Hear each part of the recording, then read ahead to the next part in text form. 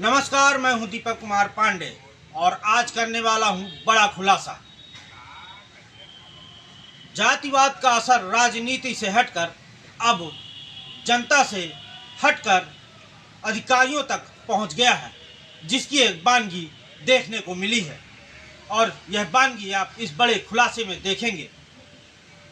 आपको याद होगा, विगत महीनों पहले जेडीयू नेत्री शालिनी पटेल आमरण अनशन पर बैठी थी एडीएम राजेश वर्मा के खिलाफ और शालिनी पटेल ने एडीएम राजेश वर्मा पर कई गंभीर आरोप लगाए थे और उमेश पटेल को व्यक्तिगत लाभ पहुंचाने के साथ साथ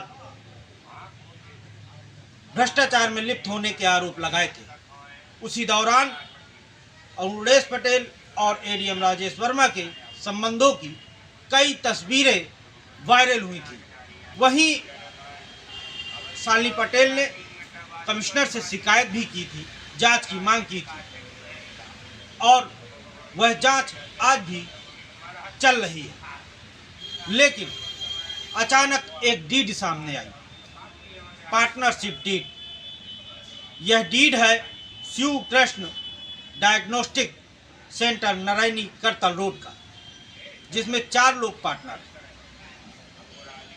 औंडेश की पत्नी संगीता और एडीएम राजेश वर्मा की पत्नी सोनी वर्मा के साथ साथ 2 अन्य पार्टनर हैं। 50% की पार्टनर संगीता हैं और 30% की पार्टनर एडीएम राजेश वर्मा की पत्नी सोनी वर्मा है। इसका भी एक गहरा कनेक्शन है, यह भी आप समझेंगे इस खबर में। इसके बाद हम यह जानने निकल गए कमिश्नर कार्यालय कि आखिरकार इस जांच कहां तक पहुंची और क्या निकल कर आया और क्या कार्रवाई हो रही है। कमिश्नर साहब ने बताया कि जांच अभी भी जारी है और डीड सामने जरूर आई है, लेकिन जब तक पूरी जांच रिपोर्ट सामने नहीं आएगी तब तक कोई कार्रवाई नहीं हो सकती और जांच रिपोर्ट आने के बाद कार्रवाई जरूर होगी। इसको लेकर शिकायत की थी और एक डीड भी सामने आई है जिसमें एडीएम साहब की वाइफ और अरुणेश पटेल की वाइफ जो है पार्टनरशिप है एक डायग्नोस्टिक सेंटर में जो नारायणी में है।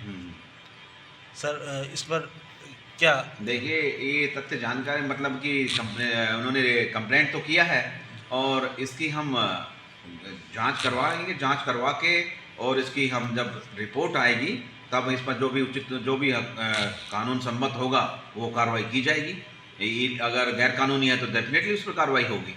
सर, अभी कहाँ तक कार्रवाई पहुंची? देखो, अभी जांच रिपोर्ट आने पर ही कार्रवाई शुरू होगी। कार्रवाई तो अभी है कि जांच की प्रक्रिया प्रारंभ कर रहे हैं, ठीक है ना। तो जांच में सर कोई टीम बनाई गई है? जांच में देख सभी जो हमारे यहाँ इलीगल हॉस्पिटल चल रहे हैं उसको हमने डीएम है, एक ज्वाइंट डायरेक्टर हैं, एक हमारे एडिशनल कमिश्नर हैं, ये 4-5 लोगों की हमने टीम बना रखी है कि वो इस तरह की चीज़ें हैं उनको जाके देखें और कुछ उन्होंने रिपोर्ट भी दिया है प्रारंभिक अभी, तो उसमें जब आएगी तब हम उसको आपको बताएं। सर, जांच रिपोर्ट आने के बाद किस तरह की कार्रवाई होगी? आने के अगर गैर कानूनी काम है तो उसको गैर कानूनी का जो न्याय संगत जो प्रोविजंस हैं उनके अकॉर्डिंग कार्रवाई होगी। इलीगल काम करेगा कोई भी तो कार्रवाई डेफिनेटली होगी। जैसे सर कि अरुणेश पटेल का एक अवैध तरीके से हॉस्पिटल चल रहा है हाँ, तो ग्रीनलैंड उसके एरिया में, खिलाफ उसको बिल्कुल उसको बंद किया जाएगा और उसके खिलाफ सख्त कार्रवाई की जाएगी इलीगल हॉस्पिटल चलाने वालों के अगेंस्ट में। धन्यवाद सर। हाँ, ये नहीं छोड़ा जाए किसी को। वहीं पर हमने कांग्रेस जिला अध्यक्ष राजेश दीक्षित से मुलाकात की और इस डीड के विषय में जाना और यह कहां तक सही है यह भी हमने पूछा और यह आखिरकार यह संबंध इतने प्रकोष्ठ कैसे हैं यह भी जानने की कोशिश की। उन्होंने बताया कि संबंध तो किसी के साथ भी हो सकते हैं, लेकिन एक गजेटेड अधिकारी जो पीसीएस अधिकारी है वो अगर व्यवसायिक गतिविधि में किसी तरह से लिप्त दिखाई देते हैं तो पूरी तरीके से गलत है और समाज में गहरा असर जा रहा है। उन्होंने कहा कहीं ना कहीं जो है सजातीय असर समझ में आ रहा है और ये वही संबंध है। देखिए, संबंध तो सबके हो सकते हैं, इसमें कोई बुराई नहीं है, लेकिन जिस प्रकार से आपने बताया कि ये अस्पताल सीज हो चुका था, अवैध तरीके से चल रहा है, तो इस पर जांच होनी चाहिए और ये व्यक्तिगत लाभ भी दिया जा रहा है। हम मांग करते हैं कमिश्नर साहब से और जिलाधिकारी महोदय से इस पर जांच कराई जाए और ये स्वजाति मुझे लग रहा है तीनों हैंगे, तो इसलिए व्यक्तिगत लाभ दिया जा रहा है जो कि ये उचित नहीं है और इस पर कार्रवाई होनी चाहिए। जो दोषी पाया जाए उसके खिलाफ कार्रवाई होनी चाहिए। जातिवाद का जहर जो घोला जा रहा है, इससे जिले को ही नहीं प्रदेश को, पूरे देश को खतरा है। तो ये प्रशासनिक अधिकारियों पर लागू नहीं होना चाहिए, जातिवाद नहीं करना चाहिए। जो सीट पे बैठा है वो सभी का होगा। वहीं हमने किसान नेता प्रमोद आजाद से भी बात की। उन्होंने भी बताया कि बांदा जिला में इसी तरह अंधेर गर्दी मची हुई है। अधिकारी एक तो आते नहीं, अगर आते हैं तो जाते नहीं, कोई देखने वाला नहीं, कोई सुनने वाला नहीं, मनमानी चरम पर है। और यह पार्टनरशिप एक गंभीर विषय है। जांच होनी चाहिए, कार्रवाई होनी चाहिए और ऐसे अधिकारियों को पद में रहने का बिल्कुल अधिकार नहीं है। उन्होंने कहा जब शालिनी पटेल धरने पर बैठी थी तो वो तस्वीरें भी उन्होंने देखी थी जो कि बहुत ही संदेहात्मक है और निंदनीय थी, और ये डीड भी उन्होंने देखी है और उन्होंने इस पार्टनरशिप की निंदा भी की और कार्रवाई के लिए लिखित शिकायत व्यक्तिगत तौर पर करने के लिए भी कहा।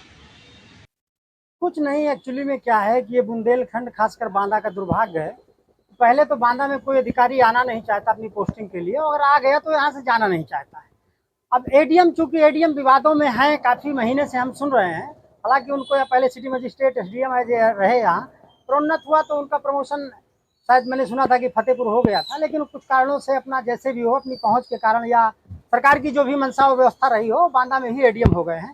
काफ़ी चर्चा में है। कुछ लोग ये भी आरोप लगाते हैं कि जो ठेकेदार बाहर के आते हैं, खनिज संपदाएं लूटते हैं, यहाँ खनिज के जो ठेकों में भी उनकी हिस्सेदारी होती है, ऐसा आरोप लगाया जा रहा है।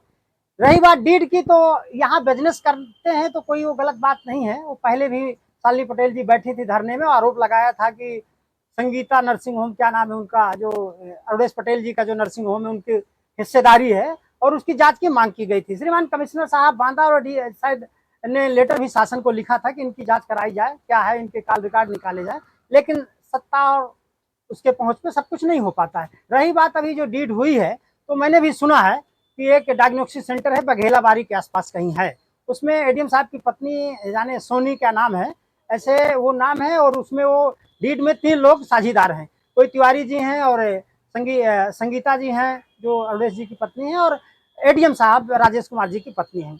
स्पष्ट करना चाहूंगा कि यहाँ जो मैंने पहले कहा, जो आ जाता है वो अपना सरकारी सेवाएं तो देता है, इसके अलावा वो व्यक्तिगत रूप से यहाँ व्यवसाय भी करने लगता है। और जो भी अधिकारी जहाँ रहेगा वो काफी दिन तक अगर रुक गया तो यहाँ पर धंधेबाजी करने लगता है, लोगों से साठ गांठ बनाने लगता है, जातिवाद के रूप में, पैसे के बल के रूप में, सब ये सब कुछ होता है। बड़े व्यक्तिगत और क्लोज संबंध होते हैं। तब लोग जो है, भाई कोई स्थानीय आदमी के साथ कोई बाहर का अधिकारी अगर पैसा इन्वेस्ट करेगा तो स्वाभाविक है, मैं हूं या कोई दूसरा हो, एडीएम साहब हो, अगर वो पैसा लगाए हैं तो ये दुर्भाग्य की बात है कि अगर वो सरकारी नौकरी में है और यहाँ आज उसमें लगाए हैं, एक का खुलासा हुआ, हो सकता है दूसरी कोई डीड बनी हो, और भी तमाम विभागों में उनकी चलती है और उनके बड़े अच्छे क्लोज संबंधों का ये एक तरह से प्रतीक है। तो इसकी जांच तो होनी चाहिए। देखिए, कोई एडीएम हो, डीएम हो या कमिश्नर हो, हाँ देखो नहीं, जातिवादी संबंध हो सकते हैं, अब हो भी जाते हैं लोगों के, चूंकि सुना है पटेल वो भी है, जो संचालक हैं अस्पताल के वो भी पटेल जी हैं, और एडीएम साहब के बारे में भी मैंने सुना है कि पटेल बिरादरी है। तमाम उनके बीच में फोटो भी, आपको शायद जानकारी हो या ना हो, मैंने फोटो भी देखा था। तो बहुत कहीं भी पिकनिक मनाने जाते हैं या कहीं बैठे होते हैं, कहीं वो जो करवा चौथ जिसको मनाते हैं, उसकी भी फोटो मैंने देखा था शालिनी पटेल जी के या किसी पत्रकार महोदय के उसमें। तो ये बड़े अच्छे संबंधों का एक खुलासा है। और वहीं एक कनेक्शन और बताते हैं, जैसा कि तभी से चला आ रहा था, ये आरोप भी थे कि अरुणेश पटेल का जो हॉस्पिटल है, Shiv Krishna multi specialist hospital, उसका अभी तक नक्शा तो अभी तक वैसे भी पास नहीं है, साथ ही वह अवैध रूप से संचालित है, क्योंकि जिस जमीन में वो बना है वो ग्रीनलैंड की जमीन है जहां व्यवसायीकरण नहीं हो सकता। इसके बावजूद सालों से चल रहा है क्योंकि एडीएम साहब की मेहरबानी उसके साथ। हम पहुंच गए बीडीए कार्यालय और जानने की कोशिश की कि आखिरकार यह अस्पताल अभी तक संचालित क्यों है ग्रीनलैंड जमीन होने के बावजूद। वहाँ के जो सचिव हैं नमामि गंगे के एडीएम मदन मोहन वर्मा, उन्होंने बताया कि एक महायोजना सरकार की तरफ से चल रही है जो कि सड़कों किनारे है और इस तरह की ज़मीनें हैं उसे मिट्टिकेशन कराकर व्यवसायीकरण करने का जो है प्रावधान है। इसके लिए बीडीए ने 42 लाख रुपए जमा किए, तब वह ज़मीन ग्रीनलैंड से हटी, मिट्टिकेशन की जो है कार्रवाई होती है और उसी के बाद जो है ग्रीनलैंड से समाप्त कर व्यवसायीकरण एक साधारण ज़मीन जो है उसको घोषित किया जाता है। इसके लिए बीडीए ने 42 लाख रुपए जमा किए। अब समझिए, है महायोजना 2031 जो पास हुई है उसमें क्षेत्र चेंज होते रहते हैं। महायोजना 10-10 साल पर पास होती है। तो इन्वायरमेंट जो यहाँ एक कंपनी उसके लिए जो जो जो हायर किया गया था या लिया गया था राइट्स को 42 लाख रुपया इसका पेमेंट भी हुआ है और ये हर 10-10 साल पर चेंज होता रहता है अपना। वहीं अब ये सजातीय भी नज़र आ रहा है। जब आप कड़ियाँ जोड़ेंगे तो आपको खुद समझ में आ जाएगा कि जो है कांग्रेस जिलाध्यक्ष राजेश दीक्षित और किसान नेता प्रमोद आज़ाद ने इस जो है संबंधों को सजाती क्यों बताया। क्या 42 लाख की एवज में 30% की पार्टनरशिप मिली है? यह एक बड़ा सवाल है और जांच का विषय है। हालांकि यह जांच कमिश्नर कार्यालय में चल रही है और जब सामने आएगी तो देखने वाली बात होगी कि इसका जो निष्कर्ष है वो क्या निकलता है। नमस्कार।